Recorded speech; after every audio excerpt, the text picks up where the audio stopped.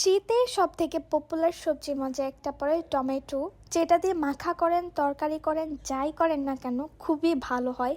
আজকে আপনাদের একদম টাটকা টাটকা টমেটো দিয়ে টমেটো ভর্তা করে দেখাবো।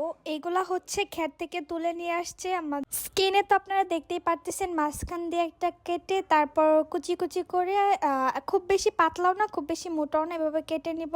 আমার সবগুলো কাটা হয়ে গেছে, এখন একটা বাটিতে সবগুলো উঠিয়ে নিব। খুবই সিম্পল একটি ওয়েতে ভর্তাটা করব। এটা আমাদের এই দিক দিয়ে খুবই পপুলার। টমেটোগুলোকে এক সাইড করে স্পেস বের করে এটাতে হচ্ছে প্রথমে লবণ দিয়ে দিব স্বাদ মতো। আমাদের এদিকে কিন্তু মানে দুপুর হইলে এই ভর্তাটা সবাই একসাথে ক্ষেত থেকে উঠিয়ে নিয়ে এসে তারপর করা হতো। এখন যেহেতু ঢাকায় থাকি তো একা একাই করে খেতে হবে। তারপর দেখেন কিছু শুকনা মরিচও নিয়ে নিয়েছি, তারপর একসাথে লবণটা আর শুকনা মরিচটা চটকিয়ে নিব। এইভাবে